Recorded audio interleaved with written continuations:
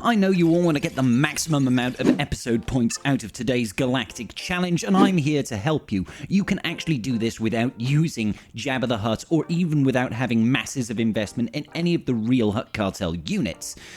Let's do this. Today we find ourselves on Malachor, and we're facing off against the weirdest Jedi comp I have ever had the pleasure of seeing. It's an Koth lead with, like, Mace and Keller and Beck and Basti. I don't know where they got the idea for this one, but I'm on board because it's nice and easy. We have got benefits for our Hutt Cartel allies, and that means it's wonderfully easy. The Hutt Cartel modifier is possibly the best modifier in the entire game, so it's a bit of a walk for us. We need to complete the battle. We need to complete the battle with a full squad of Hutt Cartel units. We need to complete the battle after attempting to stun 30 times, and we need to win the battle with a 7-star wrecker if you have one. Now, if you don't have a 7-star wrecker, you can go in at the lower tiers and still get some episode points, so do make sure that you actually do that, tribe, okay?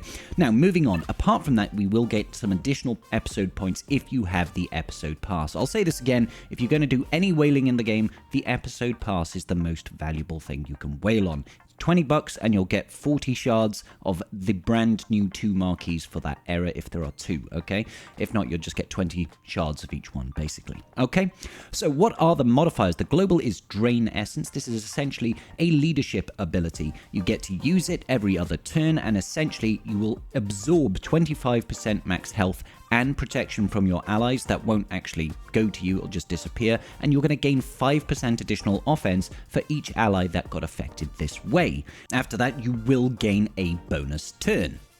Now, the enemy's modifier is Permission over here. It's great. At the start of battle, if all allies are Hutt Cartel, then allies cannot fall below 1% until the first time the ally in the leader slot loses 100% of their protection. This means we can go in with really trashy units, provided we have a pre-taunt, which means Santi. You do not need to have almost any investment in him. If you've got him unlocked, just make sure that you can get him up to any sort of gear level like 4 and activate some of his abilities, and that's about it.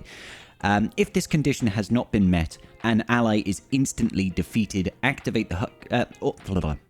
If this condition has not been met and an ally is instantly defeated, active Hutt Cartel allies gain 300% crit chance, crit damage, and offense for the first time this occurs. Whenever a Hutt Cartel ally inflicts a thermal detonator on the enemy, the ally in the leader slot recovers 10% protection. Whenever a thermal detonator on an enemy detonates, Hutt Cartel allies gain protection up, stacking 20%. For 2 turns. It's a really powerful modifier, ladies and gentlemen. We can just go in with trash tier units and survive. It's great.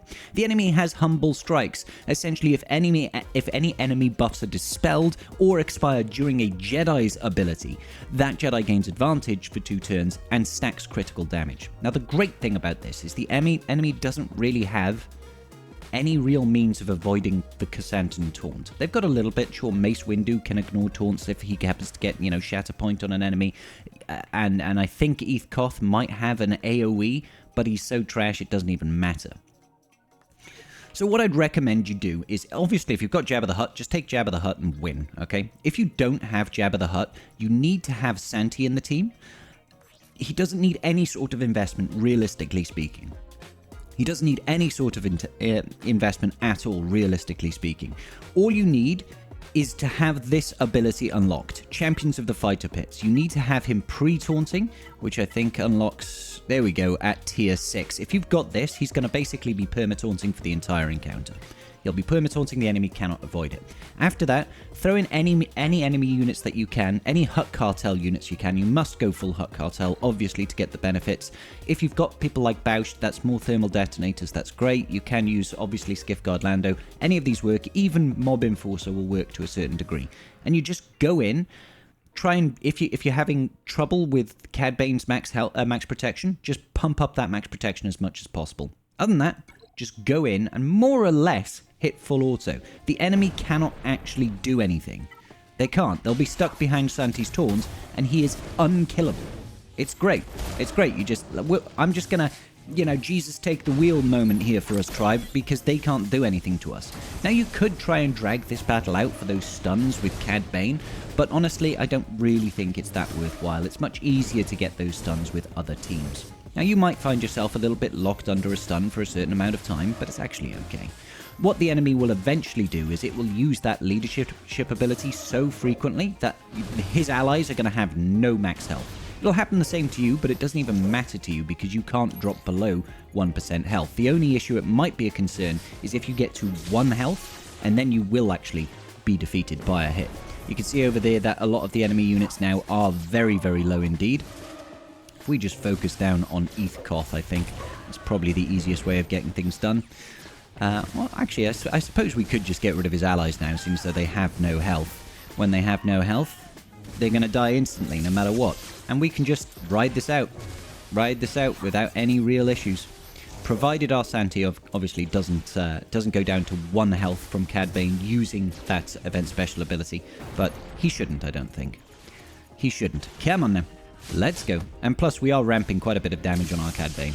Santi now has 1 health. I'll be curious to see if he does die from a hit. Let's have a look. If our enemy Koth does take a turn, I wonder. Let's see. Oh, he doesn't take a turn. Unfortunately. So yeah, it's a super, super easy Galactic challenge. But let's talk about getting the attempt to inflict stun 30 times. So we're going for something a little bit different today. For the stuns, EP, Mara Jade, Royal Guard, Dooku, and Jedi Knight Luke.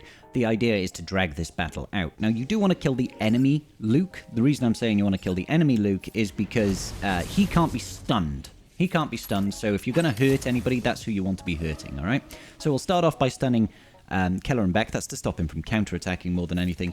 And then we're just going to get to work over here. First special, from Palpatine is a nice, easy way of getting it done. And then we've got things like Force Lightning from Dooku over here. This is a 50% chance to shock and stun another Rebel ally. Doubled if the target is Galactic Republic. So we've got a 100% chance to shock and stun, basically. We want to target that on the Galactic Republic enemies. More stuns over there. And then we just want to use basics and pass shock to as many people as possible. Royal Guard also is able to stun on a basic. So we'll take advantage of that when we can. Let's see, is anybody missing shock? Looks like Mace Windu over there is missing shock, and then I'm going to bring the damage back round to Jedi Knight Luke, and then once again get back round to those stuns. After you've done that, you want to try and get shock on everybody again. Jedi Knight Luke on our team is just there for another AoE stun. That's another 5 there. I don't know why I tried to stun Jedi Knight Luke. That was foolish of me. Let's just throw out the grenade over here so we get shock on everybody. And keep the focus on Jedi Knight Luke again. Wonderful. He's gone. So we're just going to go ahead and trigger all of these. Dooku is also able to stun on a basic as well, which is quite nice. And we get stuns from basics over here. And then it's just a case of try not to defeat anybody. Don't use the event special ability either, because we don't want Palpatine gaining any sort of bonus damage. Use the AoE stuns when we can as well. I'm not going to do the AoE from Mara Jade right now because that's going to deal too much damage, I feel. We don't want to deal too much damage. Once again, we'll just basic with Dooku, try to land those stuns, get those shocks out. Looks like our boy Koth is about to cop it as well. So just a basic over here from Jedi Knight Luke, and then AoE once again, wonderful. Basic from Royal Guard. It doesn't matter if you actually land the stun either, guys. You only have to attempt to land it, alright? So let's just keep on getting these in. I probably should have done the shock over there instead of that, but hey-ho. That is the way that the cookie crumbles.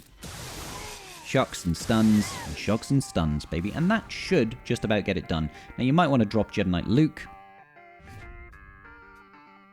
because he might be a little bit too powerful, but ultimately you should be able to do this. If not, you can go in and just try and drop the team down, so it's just like, let's say, just EP Mara Jade Royal Guard. The fact that you've got less characters on your team means your damage output is much lower, and you can still take advantage of the AoEs and stuff like this, and the basics from Royal Guard. It's very, very simple and straightforward. Force Pike over here.